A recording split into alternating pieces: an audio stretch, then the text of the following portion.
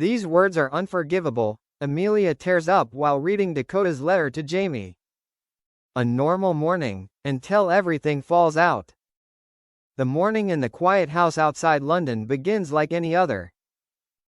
Birds chirping in the garden, soft light filtering through the curtains, the faint smell of coffee in the kitchen. Amelia Warner stands at the sink, her hands still slightly sticky from making pancakes for her children. The laughter of her 3 daughters echoes upstairs, the occasional sound of running feet, the sound of doors opening and closing hurriedly. Jaime is on set. Hectic schedule, constant travel, but every time he comes home, he always tries to make it up to his family.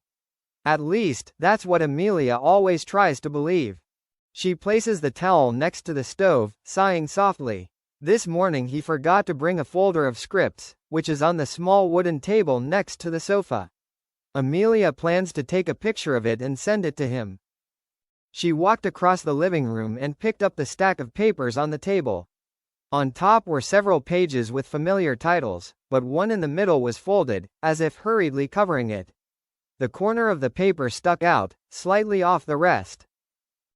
There was one thing about Amelia, she wasn't a snooper.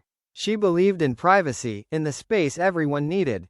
But that day, for some reason, her heart beat faster, as if an invisible hand was pulling her gaze toward the folded paper. It must be just a normal note, she reassured herself, but her fingers still pulled the paper out automatically.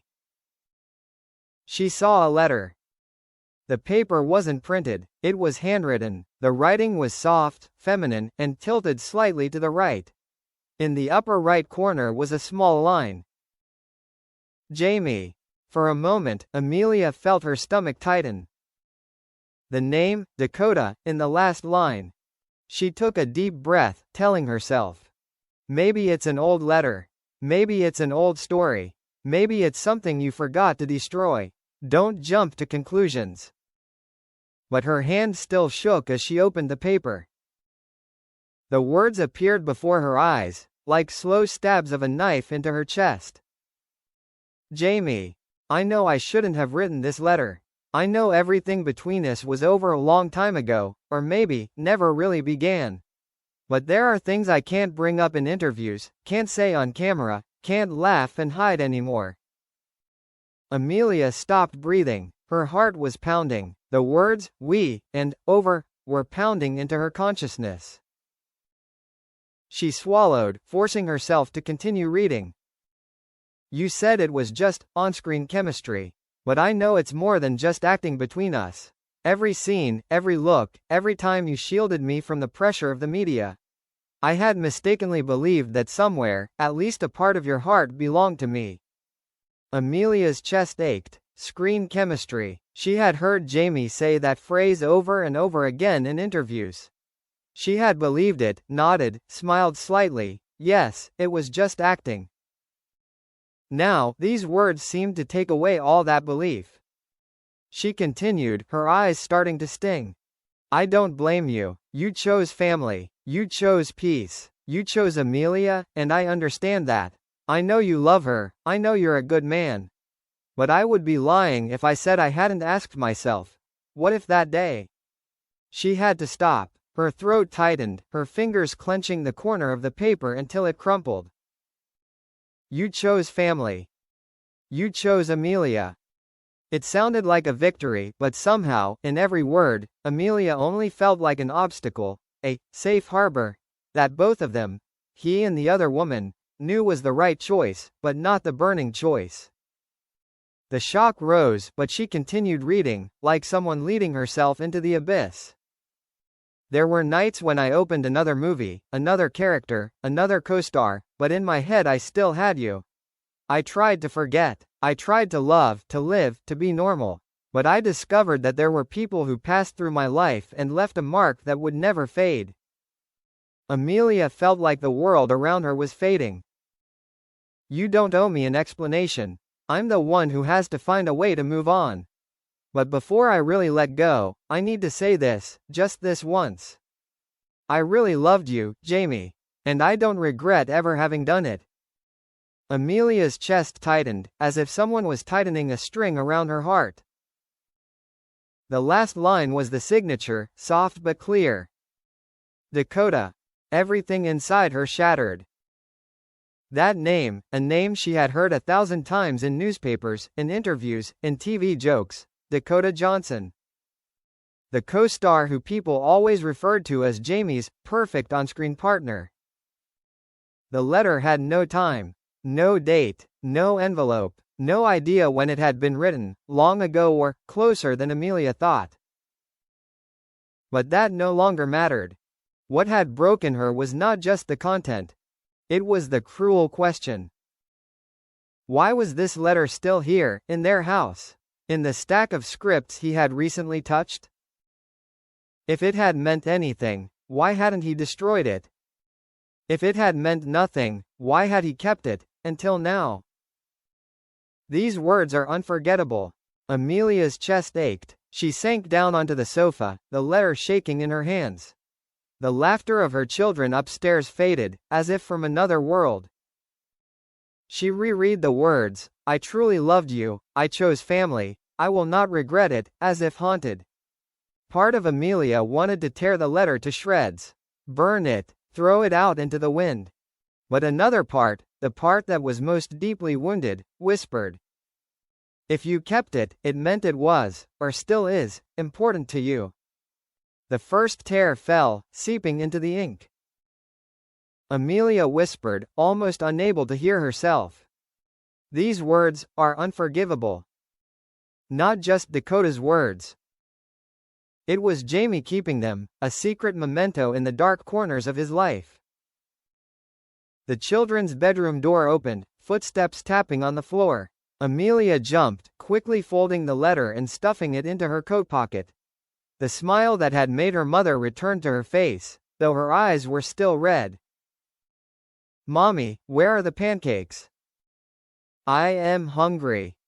Amelia took a deep breath. "Here, Mom made them.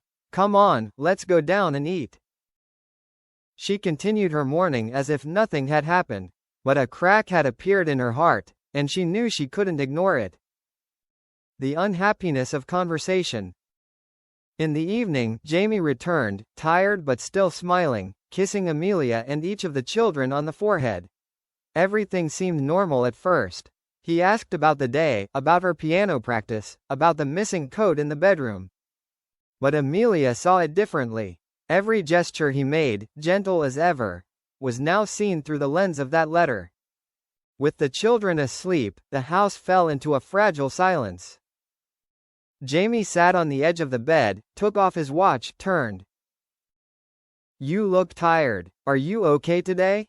Amelia stood in the doorway, her hands still in her pockets. She felt the answer, fine, catch in her throat. Finally, she pulled out the letter. "This," she said, her voice hoarse. "What is it?" Jaime saw the paper, his face changed for a second. But only a second was enough. Amelia saw it all. His eyes widened, his breath hitched. He wanted to say something, but his lips moved, unable to form words. "I found it in the scripts," Amelia continued, trying to keep her voice calm. There was no envelope, no date, just your name, and her signature. The air froze. "Amelia," Jaime began, but she interrupted. "Have you read it again? Do you remember what's inside? If not, I'll read it to you." She opened the letter, her voice trembling, but each word was brutally clear. "I really loved you, Jaime. And I don't regret ever having done it." Amelia's eyes were red. "Do you want to explain?" she asked, her voice no longer calm. Jaime closed his eyes, as if fighting with himself. "It's an old letter," he said softly. "Very old. Old or new, it doesn't matter. The point is I kept it," Amelia said. "In our house. I didn't keep it because I wanted to get back together with her or whatever you're thinking," Jaime hurried, clearly panicked. I didn't know what to do with it. I put it in a folder and forgot." "Forgot?" Amelia laughed bitterly. "Forgot a letter that woman wrote to me. I really loved you." "Amelia, please. Let me explain. Jaime stood up and walked toward her. I've said it 1,000 times, it was just work between me and Dakota, it was movies, it was a chaotic period that the media overplayed. So what was this letter? She said, biting out each word. Just chaos. Just the screen. He was silent. The truth revealed. In a half-hand. Jaime sank down on the edge of the bed, his hands covering his face. Okay, he said softly. I won't beat around the bush. Amelia stood there, her heart both wanting to hear and dreading it. During that time, he began, there were feelings between Dakota and me. The air in the room seemed to drain away. Amelia felt herself falling. It wasn't a relationship, it wasn't an affair, it wasn't what the papers said, Jaime hurried. But I won't lie to you. There were times when I got carried away. The intensity of the work, the closeness, the pressure, the eyes of the world. I didn't set the boundaries as clearly as I should have. Amelia's tears fell, each one heavy. Did you love her? She asked, almost whispering. Jaime was silent for a long time. He swallowed. I don't know what to call it. It's attachment, it's empathy, it's something I won't let become love, because I know if I go too far, I'll lose you. And I don't accept that. But she loved me, Amelia countered, her voice shaking. It's obvious. She wrote it all down here. I didn't ask her to write that letter, Jaime said, looking straight into his wife's eyes. I didn't answer it. I avoided it, because I was afraid of hurting anyone else. I was afraid, so I left it here, in our house? Amelia choked. Do you know how I feel when I read things like, I choose family, and feel more like the moral solution than the woman I truly desire? Jaime stepped closer, but she backed away. It's not like that, he said urgently.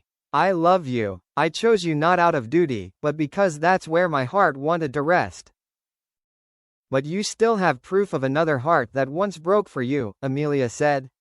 Do you understand, Jaime? These words, to me, are unforgivable. Amelia's choice. There was no screaming that night. No smashing. No dramatic leaving.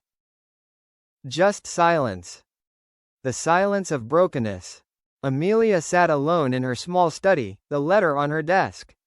She thought about the years they had spent together, the 3 children, the mornings he'd taken them to school, the evenings they'd sat side by side watching movies, the times he'd held her hand amid thousands of screaming fans. And the times, unconsciously, another woman's name appeared on the screen, in interview questions, in the headlines of articles she tried to quickly scan. She wondered, how much have I lied to myself? A text message popped up on her phone. Jaime. I am sorry. I know I was wrong not to tell you sooner. I need you. Don't make any decisions while you're hurting like this. Please give me a chance to prove that you mean more to me than any of my past. Amelia put her phone face down. She didn't want to read anymore. Not now. She looked at the letter again. Her mind was blank, but somewhere in the corner, the voice of reason spoke. He confessed. He didn't deny it. He said you were the one he chose. But is that enough to make me sleep peacefully on the same pillow again, next to a heart that once fluttered without my knowing? Her eyes were blurred with tears. After a while, she folded the letter carefully, not tearing it, not burning it, not throwing it away. She put it in a white envelope, writing on it just one word. Pain. Then she put it in a drawer, locking it. Not to keep it as a memory, but to remind herself, she had the right not to forget. And she also had the right to choose how she would live. The next morning, and an unclear direction. The next morning, Jaime woke early, eyes red from staying up all night. He made breakfast, fed the children, and took them to school while Amelia remained in her room, silent. She didn't close the door. But she didn't come out either. When he returned, she was sitting by the window, looking out at the garden. Amelia, he said, cautiously. She turned back. She didn't look as broken as last night, but she wasn't the gentle Amelia she'd always been. There was a thin mist in her eyes, not from tears, but from distance. "What do you need? I'll do it," Jaime said. "Do you want me to go away for a few days? Do you want us to go to marriage counseling? Do you want me to cut off all contact, all projects, all memories, with her? Just tell me." Amelia was silent for a moment. "I don't want you to do anything with her," she said, her voice strangely calm. "I want you to make things clear to yourself." "I'm clear," Jaime said quickly. "I want to be with you, with our family." "I say that," Amelia said, "but you need time to believe it. I can't rush the healing process." He swallowed. "I'm willing to wait." She nodded, turning back to the window. "I won't leave you tomorrow, if that's what you're worried about," she said softly. "But I can't pretend I didn't read those words. I'll keep my distance. I need to see what kind of man you are when you face the consequences of your past choices." "I understand," he said, though he was clearly hurt. "I'll prove it." She didn't answer. Somewhere else, the woman WHO wrote the letter. Meanwhile, in another city, Dakota sat in her quiet apartment. She had no idea that the letter had been discovered. For her, it was a closed chapter. She wrote the letter on a night of weakness, then sent it, then promised herself never to wait for a reply. Not because she didn't want to, but because she knew, any reply would only make things more complicated. Jaime didn't reply. She didn't blame him. She put that memory in a corner of her heart, considering it a kind of unrequited love, something many people in the world had experienced at least once. Little did she know, his silence that day would eventually explode, not with her, but with the woman he had chosen. The unforgettable words, and the things that can be learned to accept. The week passed. Amelia did not slam the door to her marriage. But she did not open it as wide as before. She talked to Jaime, took care of the children, had dinner together, but no longer leaned on his shoulder on the sofa while watching TV, no longer carelessly kissed him good night like every night. Jaime recognized that distance in every little detail. He did not demand, he did not force. He endured it as part of the punishment he deserved.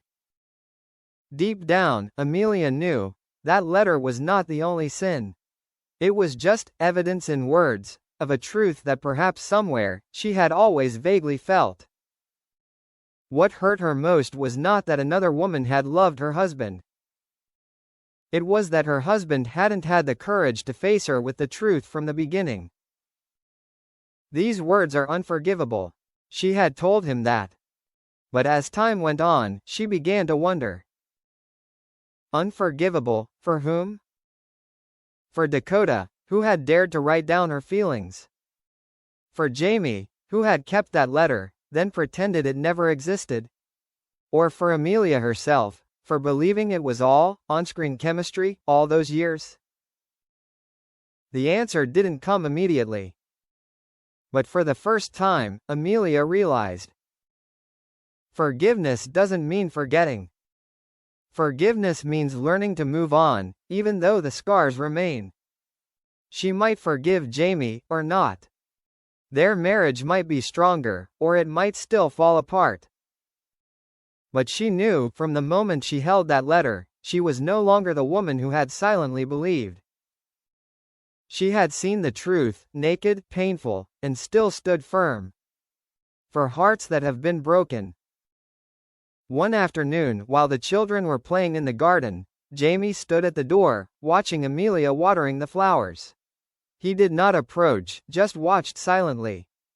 She still looked like the woman he loved, her hair loose, her posture focused but gentle. But there was something new, a determination he had never seen so clearly. Amelia felt his gaze, turned.